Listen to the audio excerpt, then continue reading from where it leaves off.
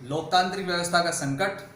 आज हम शुरू करते हैं पार्ट 3। इस वीडियो में हम लोग दो टॉपिक पढ़ेंगे। पहला आपातकाल के सबक और दूसरा 1977 के लोकसभा चुनाव का परिणाम। तो सबसे पहले शुरू करते हैं आपातकाल के सबक। 1975 में 25 जून को जो आपातकाल की घोषणा की गई, उसके बाद बड़े घटनाक्रम हुए और लगातार 18 महीने तक ये आपातकाल जो है लागू रहा, जिस दौरान लोकतांत्रिक तरीके से काम करती हुई सरकार के सामने नई समस्याएं उत्पन्न हुई, क्योंकि आपातकाल जो है वो लोकतंत्र के लिए खतरा माना गया बाद के सालों में। तो सबसे पहले आपातकाल के सबक क्या रहे कि आपातकाल जो लगाया गया, कि हमने पिछले वीडियो में डिस्कस किया कि आपातकाल लगाना कितना जरूरी था, क्या इसको टाला जा सकता था या फिर इसको लगाना जरूरी था, हम ऑलरेडी डिस्कस कर चुके हैं। तो इसके बाद हम आपातकाल के सबक अगर हम देखेंगे तो सबसे पहला जो सबक आता है वो आता है स्वतंत्र न्यायपालिका का महत्व। जैसे 39वां संशोधन जो पास किया गया था, उसमें न्यायपालिका का जो कार्य क्षेत्र है उसको घटा दिया गया। तो ये स्वतंत्र न्यायपालिका पर क्या हुआ, एक प्रकार से आघात था। और किसी भी लोकतांत्रिक राष्ट्र में स्वतंत्र न्यायपालिका का होना बहुत जरूरी है। तो इससे हमें यह सबक मिला कि न्यायपालिका हमेशा स्वतंत्र होनी चाहिए और उसका सम्मान भी होना चाहिए।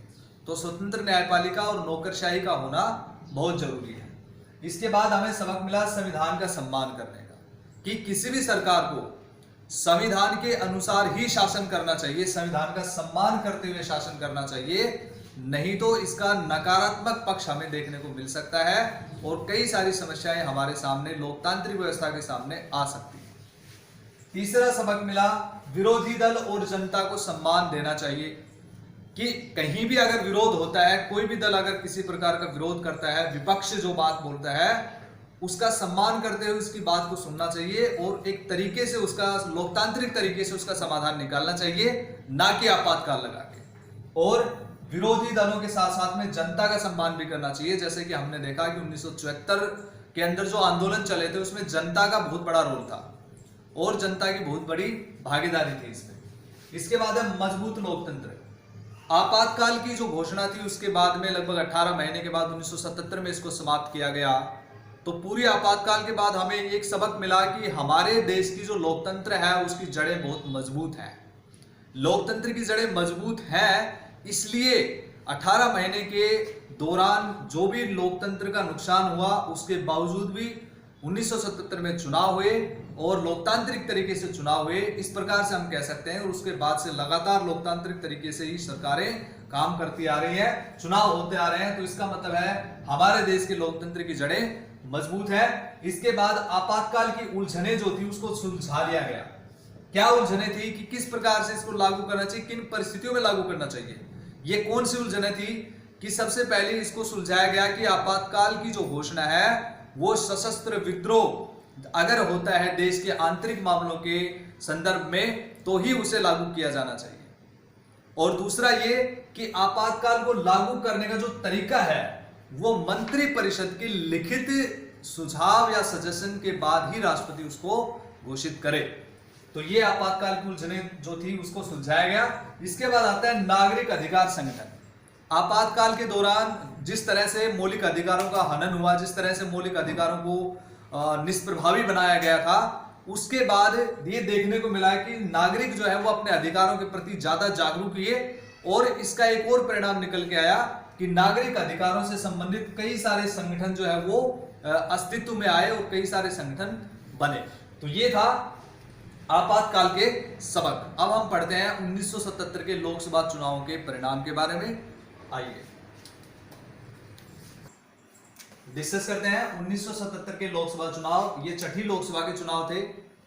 1975 में लगी आपातकाल से पहले ही विरोधी दल जो थे, विपक्षी दल जो थे, वो एकजुट होना शुरू हो गए थे। प्रकाश नारायण के नेतृत्व में सभी दल एक साथ आ गए थे और बाद में कांग्रेस फॉर डेमोक्रेसी पार्टी बनी। बाबू जगजीवन राम ने इस पार्टी को बनाया था, जो बाद में जनता पार्टी के साथ में आगे थी। जनता पार्टी का नेतृत्व जो है मोरारजी देसाई ने किया था। तो 1977 के जो छठी लोकसभा के चुनाव थे उसमें कांग्रेस के खिलाफ पूरा माहौल बना हुआ था। अगले वीडियो में हम डिस्कस करेंगे कि कांग्रेस किस तरह से किस कारणों से हारी थी और जनता पार्टी जो है इलेक्शन क्यों जीती थी। पहले इस रिजल्ट को देखते हैं। जनता पार्टी ने अकेले 295 सीटें प्राप्त की थी, जो कि बहुमत का आंकड़ा बिल्कुल पार कर लिया था 545 सीटों में से। तो इस प्रकार से जनता पार्टी जो है स्पष्ट बहुमत में आ गई थी 295 सीटों के साथ में। इसके साथ में इसका जो सहयोगी दल था कांग्रेस फॉर डेमोक्रेसी, ठीक है, CFD, ये 13 सीटों के साथ में जो है रिजल्ट में आया। कांग्रेस पार्टी को 154 सीटें मिली और ये 35% से भी कम था। इसका जो सीट प्रतिशत काफी घट गया था, वोट प्रतिशत भी जो है वो घट गया था। और CPI जो है कम्युनिस्ट पार्टी ऑफ इंडिया 7 सीटें इसने जीती। कम्युनिस्ट पार्टी ऑफ मार्क्सिस्ट जो है इसने 22 सीटें जीती थी। और अन्ना द्राविड़ मुन्नेत्र कड़गम जो है इसने 18 सीटें जीती थी। बाकी सभी दलों को मिला के बाकी सीटें बच गई। तो इस प्रकार से जनता पार्टी और उसकी सहयोगी दलों ने लगभग 345 सीटें जो है प्राप्त की और पूर्ण बहुमत के साथ में जो सरकार बनाई थी। कांग्रेस और उसके सहयोगी दलों को 189 सीटें मिली थी। तो इस तरह से हम देख सकते हैं कि जनता पार्टी ने पूर्ण बहुमत के साथ पहली गैर कांग्रेसी सरकार बनाई। मोरारजी देसाई जी जो थे, मोरारजी देसाई, वो भारत में पहले गैर कांग्रेसी पार्टी के प्राइम मिनिस्टर थे, यानी कि पहले गैर कांग्रेसी सरकार के प्राइम मिनिस्टर, प्रधानमंत्री थे। और 1977 में जनता पार्टी की जो सरकार थी वो भारत में पहली नॉन कांग्रेस गवर्नमेंट थी, गैर कांग्रेसी गवर्नमेंट थी। तो इस प्रकार से हमने 1977 के छठी लोकसभा चुनाव के नतीजे देखे, मुख्य नतीजे देखे, और उसमें हमने देखा कि जनता पार्टी ने भारत में पहली गैर कांग्रेसी सरकार बनाई सेंटर में। और अगले वीडियो में हम डिस्कस करेंगे कि जनता पार्टी की जीत के क्या कारण थे और कांग्रेस की हार के क्या कारण थे। तब तक आप इसको रिवाइज करें, और कोई भी अगर आपको डाउट होता है तो आप कमेंट बॉक्स में लिख के मुझसे पूछ सकते हैं। Thank you, have a nice day.